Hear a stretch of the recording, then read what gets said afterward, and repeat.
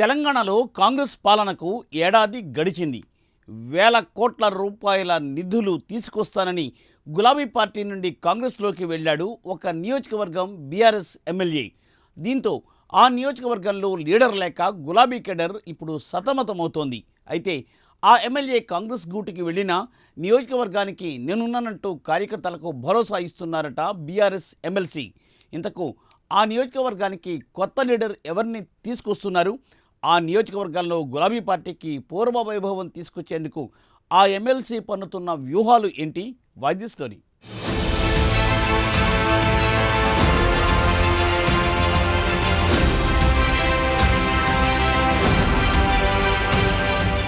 కామారెడ్డి జిల్లాలో గడిచిన అసెంబ్లీ ఎన్నికల్లో బాన్సువాడ నియోజకవర్గంలో గులాబీ జెండా ఎగిరింది. అయితే రాష్ట్రంలో కాంగ్రెస్ పార్టీ అధికారంలోకి రావడంతో జిల్లాలో రాజకీయ సమీకరణాలు పూర్తిగా మారిపోయాయి.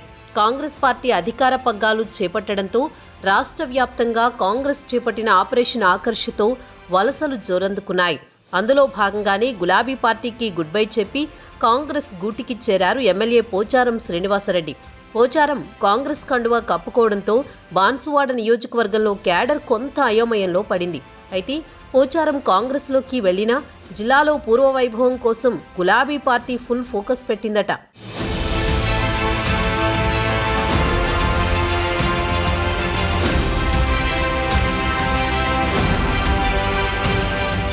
అసెంబ్లీ ఎన్నికల్లో విజయం సాధించిన సీనియర్ ఎమ్మెల్యే పోచారం పార్లమెంట్ ఎన్నికల తర్వాత కారు దిగి కాంగ్రెస్ కండువా కప్పుకున్నారు. పోచారం సీనియారిటీని దృష్టిలో పెట్టుకుని సీఎం రేవంత్ ఆయనకు ప్రభుత్వ సలహాదారుగా కేబినెట్ హోదా కల్పించారు.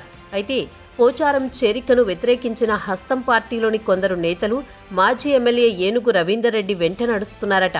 అయితే ఎమ్మెల్యే పోచారం మాజీ ఎమ్మెల్యే రవీందర్ రెడ్డి వర్గాల మధ్య కొంత వర్గపోరు నెలకొంది. రెండు వర్గాలకు చెందిన నేతలు సై అంటే సై అంటూ కయ్యానికి కాలు దువ్వుతున్నారట. దీంతో ఇద్దరు నేతల మధ్య వర్గపోరు తారాస్థాయికి చేరడంతో ఈ విషయం అధిష్టానానికి తలనొప్పిగా మారిందట. ఉప్పు నిప్పులా ఉన్న ఆ ఇద్దరు నేతలను కలిపేందుకు ప్రయత్నాలు చేస్తున్నా వారిద్దరి చేతులు మాత్రం కలవడం లేదట. పోచారం ఇలాకాలో కాంగ్రెస్ పరిస్థితిని తెలుసుకున్న గులాబీ బాస్ కేసీఆర్ ఆ నియోజకవర్గంపై ఫుల్ ఫోకస్ పెట్టాలని నేతలకు దిశానిర్దేశం చేశారట.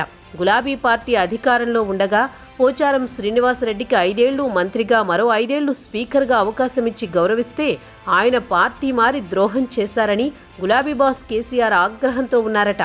మిగతా ఎమ్మెల్యేలు పార్టీ మారినా అంతగా ఫీల్ అవ్వని గులాబీ బాస్ కేసీఆర్ పోచారం పార్టీ వీడడాన్ని మాత్రం జీర్ణించుకోలేకపోతున్నారట.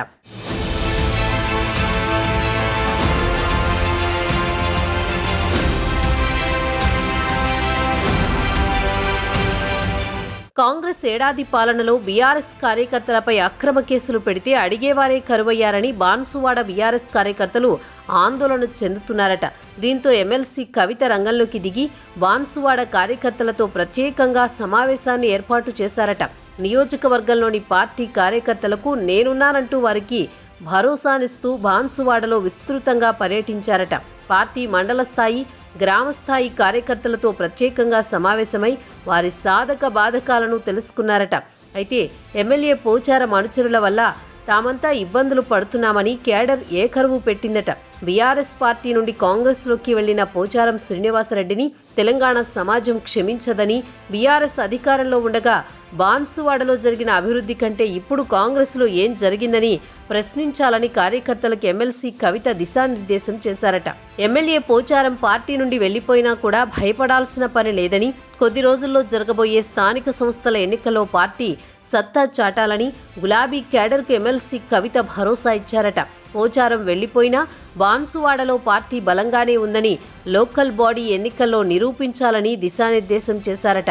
పంచాయతీ ఎన్నికల్లో గులాబీ జెండాను ఎగరేసి పోచారానికి పార్టీ సత్తా ఏంటో చూపించాలని పార్టీ శ్రేణులకు ఎమ్మెల్సీ కవిత భరోసా ఇచ్చారట. కవిత స్పీచ్తో గులాబీ పార్టీ కార్యకర్తల్లో నూతన ఉత్సాహం వచ్చిందట. పోచారాన్ని ఢీకొట్టాలంటే వచ్చే స్థానిక సంస్థల ఎన్నికల్లో అన్ని స్థానాలను పార్టీ కైవసం చేసుకోవాలని కార్యకర్తలకు దిశానిర్దేశం చేశారట ఎమ్మెల్సీ కవిత.